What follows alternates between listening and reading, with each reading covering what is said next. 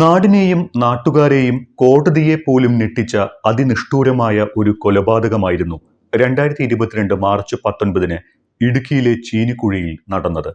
സ്വത്തിനു വേണ്ടി സ്വന്തം മകനെയും മരുമകളെയും അവരുടെ 2 പെൺമക്കളെയും അതിക്രൂരമായി പെട്രോൾ കുപ്പികൾ കത്തിച്ച് വലിച്ചെറിഞ്ഞ് ചുട്ടുകൊല്ലുക.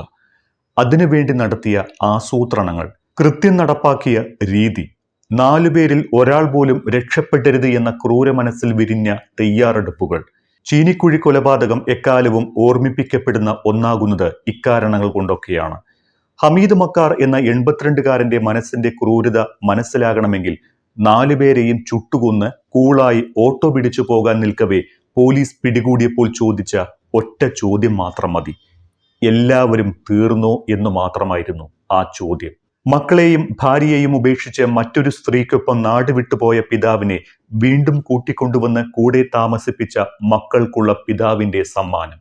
ഒടുവിൽ ഇതാ, സമാനതകളില്ലാത്ത ക്രൂരതയ്ക്ക് മാപ്പില്ല എന്ന് പറഞ്ഞ കോടതി മനസാക്ഷിയില്ലാത്ത ആ കൊടും കുറ്റവാളിയെ കഴുമരത്തിലേക്ക് അയച്ചിരിക്കുന്നു. പ്രായം പോലും പരിഗണിക്കാൻ തോന്നാത്ത കൊടും ക്രൂരനാണ് ആ പിതാവ്. സ്വത്ത് കിട്ടാത്തതിന്റെ പേരിൽ നിന്നെ ഞാൻ കൊല്ലുമെട എന്ന പിതാവിന്റെ ഭീഷണി എത്തിയതിൽ പിന്നെ ഏത് നിമിഷവും മരണം മുന്നിൽ കണ്ട് കിടന്നുറങ്ങിയ ഫൈസലും ഭാര്യ ഷീബയും മക്കളായ മെഹറിനും അസ്നയും ഒരിക്കലും കരുതിയിരുന്നില്ല ആ ശനിയാഴ്ചത്തെ പ്രഭാതം കാണാൻ തങ്ങൾ ഉണ്ടാകില്ല എന്ന്, തങ്ങളെ തീ വിഴുങ്ങുമെന്ന്. മരണം ഭയന്ന ഉപ്പയെയും ഉമ്മയെയും കെട്ടിപ്പിടിച്ചുറങ്ങിയ ആ കുഞ്ഞുങ്ങൾ മരണത്തിലും ഉപ്പയെ കെട്ടിപ്പിടിച്ചിരുന്നു. അപ്പോഴും ഹമീദിന് അറിയേണ്ടത് എല്ലാവരും തീർന്നോ എന്ന് മാത്രമായിരുന്നു. അത്രത്തോളമായിരുന്നു ആ മനസ്സിൽ സ്വത്തിനു വേണ്ടിയുള്ള പക. ഒരു കാരണവശാലും മകനും കുടുംബവും രക്ഷപ്പെടരുത് എന്ന് ഉറപ്പിച്ച് വീടിന്റെ വാതിലുകളെല്ലാം അടച്ചും ടാങ്കിലെ വെള്ളം ഒഴുക്കിവിട്ടും ഒന്നിന് പിന്നാലെ ഒന്നായി പെട്രോൾ കുപ്പികൾ മുറിയിലേക്ക് എറിഞ്ഞും ദാരുണ മരണം ഉറപ്പുവരുത്തുകയായിരുന്നു ഹമീദ്. അതിനുശേഷമാണ് വീട്ടിൽ നിന്ന് പോയതും ബന്ധുവീട്ടിലെത്തി താൻ വീടിന് തീയിട്ടെന്ന് പറഞ്ഞതും. പിന്നീട് ഓട്ടോ വിളിച്ചു വരുത്തി രക്ഷപ്പെടാൻ ഒരുങ്ങുന്നതിനിടെ പോലീസിന്റെ പിടിയിൽ അകപ്പെടുകയായിരുന്നു. അപ്പോഴും എടുത്തു പറയേണ്ട മറ്റൊരു കാര്യം, മക്കളൊക്കെ മരിച്ചാലും വീട് തന്നെ കത്തിയെരിഞ്ഞാലും സ്വത്ത് രേഖകൾക്ക് ഒന്നും സംഭവിക്കരുത് എന്ന് മുൻകൂട്ടി കണ്ട് അവയെല്ലാം ബന്ധുവീട്ടിലെത്തിച്ച് ഹമീദ് സുരക്ഷിതമാക്കിയിരുന്നു എന്നതാണ്. അതിക്രൂരമായ കൊലപാതകത്തിലേക്ക് നയിച്ച സംഭവ വികാസങ്ങൾ ഇങ്ങനെയായിരുന്നു. കൊല്ലപ്പെട്ട മകൻ ഫൈസലും പിതാവ് ഹമീദും തമ്മിൽ സ്വത്ത് സംബന്ധമായ തർക്കവും കേസും ഉണ്ടായിരുന്നു. ഇതുമായി ബന്ധപ്പെട്ട വ്യക്തിവിരോധമാണ് ക്രൂരമായ കൊലപാതകത്തിലേക്ക് നയിച്ചത്. ഹമീദ് വർഷങ്ങൾക്ക് മുൻപ് സ്വന്തം ഭാര്യയെയും മക്കളായ ഷാജിയെയും ഫൈസൽ എന്ന ഷിബുവിനെയും ഉപേക്ഷിച്ച് മറ്റൊരു സ്ത്രീക്കൊപ്പം നാടുവിട്ടുപോയി. നാടുവിട്ടു പോകുന്നതിന് മുൻപ് തന്റെ സ്വത്തുക്കൾ മക്കളായ ഷാജിക്കും ഫൈസലിനുമായി ഇഷ്ടദാനം എഴുതി നൽകുകയും ചെയ്തു. വർഷങ്ങൾ കഴിഞ്ഞു. പിതാവിനെ അന്വേഷിച്ച് കണ്ടെത്തിയ മൂത്ത മകൻ ഷാജി ഹമീദിനെ നാട്ടിലേക്ക് തിരികെ കൊണ്ടുവന്നു. ഇളയ മകനായ ഫൈസലിനൊപ്പം ഹമീദ് താമസമാക്കുകയും ചെയ്തു. എന്നാൽ നാടുവിട്ടു പോകുന്ന സമയം എഴുതി നൽകിയ സ്വത്തുക്കൾ തിരികെ വേണമെന്ന് ഹമീദ് മക്കളോട് ആവശ്യപ്പെട്ടു. മക്കൾ അത് നിരാകരിച്ചതോടെ വൈരാഗ്യമായി. ചീനിക്കുഴി ടൗണിൽ വ്യാപാര സ്ഥാപനം നടത്തി വന്നിരുന്ന മുഹമ്മദ് ഫൈസലിനോടൊപ്പം കടയിൽ നിന്നും 50 മീറ്റർ മാത്രം അകലെയുള്ള വീട്ടിലാണ് ഹമീദും താമസിച്ചിരുന്നത്. കടമുറി അടക്കമുള്ള വീടും സ്വത്തുക്കളും വേണമെന്നായിരുന്നു ഹമീദിന്റെ ആവശ്യം. സ്വത്തുക്കൾ തിരികെ ലഭിക്കാനായി ഹമീദ് മകനെതിരെ കേസ് നൽകി. എന്നാൽ വിധി ഹമീദിന് അനുകൂലമായിരുന്നില്ല. ഇതോടെ മകനോടും കുടുംബത്തോടുമുള്ള പക വർദ്ധിച്ചു. സ്വത്ത് തിരിച്ചു നൽകിയില്ലെങ്കിൽ പെട്രോൾ ഒഴിച്ച് കത്തിച്ചു കൊല്ലുമെന്ന് ഹമീദ് മകനെയും കുടുംബത്തെയും ഭീഷണിപ്പെടുത്തി. ഇതോടെ ഫൈസൽ പിതാവിനെതിരെ കരിമണ്ണൂർ പോലീസ് സ്റ്റേഷനിൽ പരാതിയും നൽകിയിരുന്നു. കൊലപാതകം നടക്കുന്നതിന് തലേന്നും പിതാവും മകനും തർക്കമുണ്ടായിരുന്നു. ഹമീദ് കൊല്ലുമെന്ന് ഭീഷണി മുഴക്കിയതിനാൽ ഫൈസലും ഭാര്യയും മക്കളും ഒരു മുറിയിലാണ് കിടന്നിരുന്നതും. കൊലപാതകം നടന്ന 2022 മാർച്ച് 19 രാത്രിയിൽ ഹമീദ് എല്ലാം തയ്യാറാക്കി നിശ്ചയിച്ചുറപ്പിച്ചിരുന്നു.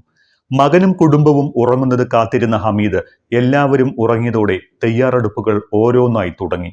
12 ശീതളപാനീയ കുപ്പികളിലായി പെട്രോൾ നിറച്ചു. തീപിടിപ്പിക്കാൻ കുപ്പികളുടെ വായ്ഭാഗത്ത് കോട്ടൺ വേസ്റ്റ് തിരുകി. തുടർന്ന് ഈ കുപ്പികൾ ഒളിപ്പിച്ചു വെച്ചു. രാത്രി 12 മണിയോടെ ഫൈസലും കുടുംബവും ഉറങ്ങിയിരുന്ന മുറിയുടെ വാതിൽ ഹമീദ് പുറത്തുനിന്ന് പൂട്ടിയിട്ടു. തീയണയ്ക്കാൻ വെള്ളം കിട്ടാതിരിക്കാൻ പൈപ്പുകൾ തുറന്നിട്ട് വാട്ടർ ടാങ്ക് കാലിയാക്കി. വീട്ടിലേക്ക് വെള്ളം പമ്പ് ചെയ്യുന്ന മോട്ടോർ കണക്ഷൻ വിച്ഛേദിച്ചു. മറ്റു പൈപ്പുകളുടെ കണക്ഷനുകളും വിച്ഛേദിച്ച് രക്ഷപ്പെടാനുള്ള എല്ലാ പഴുതുകളും അടച്ചു. തുടർന്നാണ് പെട്രോൾ നിറച്ച കുപ്പികൾ തിരികത്തിച്ച് മകന്റെ മുറിയിലേക്ക് എറിഞ്ഞത്. തീ ആളിപ്പടർന്നതോടെ വാതിൽ തുറന്ന് പുറത്തിറങ്ങാൻ നോക്കിയെങ്കിലും പുറത്തുനിന്ന് പൂട്ടിയതിനാൽ പുറത്തിറങ്ങാൻ അവർക്ക് പറ്റിയില്ല. വീടിനെ തീ വിഴുങ്ങിയതോടെ കുട്ടികളിൽ ഒരാൾ അയൽക്കാരനായ രാഹുലിനെ ഫോണിൽ വിളിച്ച് സഹായം തേടി. അതിവേഗം ഓടിയെത്തിയ രാഹുൽ കണ്ടത് വീട്ടിലെ കിടപ്പുമുറിയിൽ നിന്ന് പുക ഉയരുന്നതാണ്. ഉടൻ തന്നെ മുൻവശത്തെ വാതിൽ ചവിട്ടിപ്പൊളിച്ച രാഹുൽ അകത്തു കയറി. ഈ സമയത്ത് കയ്യിൽ പെട്രോൾ നിറച്ച കുപ്പികളുമായി ഹമീദ് ഹാളിൽ തന്നെയുണ്ടായിരുന്നു.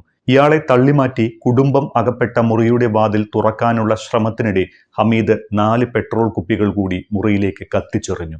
ഇതോടെ തീ കൂടുതൽ ആളിപ്പടർന്നു. രക്ഷാപ്രവർത്തനം അസാധ്യമായി. ഇതിനിടെ ജീവൻ രക്ഷിക്കാനായി 4 പേരും കിടപ്പുമുറിയിലെ കുളിമുറിയിലേക്ക് കയറിയിരുന്നു. പക്ഷേ 4 പേരെയും തീ വിഴുങ്ങി. ആളുകൾ ഓടിക്കൂടുന്നത് കണ്ടതോടെ ഹമീദ് പിൻവാതിൽ വഴി കടന്നു കളഞ്ഞു. വീട്ടിൽ നിന്ന് രക്ഷപ്പെട്ട ഹമീദ് ഒരു ബന്ധുവിന്റെ വീട്ടിലെത്തി താൻ വീടിന് തീയിട്ടെന്ന് പറഞ്ഞു. തുടർന്ന് ഇവിടെ നിന്നും ഇയാൾ കടന്നു കളയുകയായിരുന്നു. പിന്നാലെ ഒരു ഓട്ടോ വിളിച്ചു വരുത്തി രക്ഷപ്പെടാൻ ശ്രമിക്കുന്നതിനിടെയാണ് പ്രതി പോലീസിന്റെ പിടിയിലായത്. സമയബന്ധിതമായി കോടതിയിൽ കുറ്റപത്രം സമർപ്പിച്ചിരുന്നതിനാൽ പ്രതിക്ക് ഇതുവരെയും കോടതിയും ജാമ്യം അനുവദിച്ചില്ല. പ്രതി ജുഡീഷ്യൽ കസ്റ്റഡിയിലായിരിക്കെ തന്നെ കേസിന്റെ വിചാരണ പൂർത്തിയാക്കിയതും സഹായകരമായി. പ്രതി ഹമീദ് നടത്തിയ ഫോൺ കോളുകൾ, ഇതിന്റെ ശബ്ദ സാമ്പിളുകൾ, സംഭവം നടന്ന മുറിയിലും പ്രതിയുടെ വസ്ത്രങ്ങളിലും ഉണ്ടായിരുന്ന പെട്രോളിന്റെ സാന്നിധ്യം, സംഭവത്തിനിടെ പ്രതിയുടെ ശരീരത്തിൽ ഉണ്ടായ പൊള്ളൽ എന്നിവയെല്ലാം കേസിൽ നിർണായക തെളിവുകളായി മാറി. സംഭവം നടന്ന വീടിന് അധികം അകലെയല്ലാതെ പുതുതായി ഒരു വീട് പണിത ഫൈസലും കുടുംബവും അവിടേക്ക് താമസം മാറുന്നതിനുള്ള ഒരുക്കങ്ങൾ നടത്തിവരികയായിരുന്നു.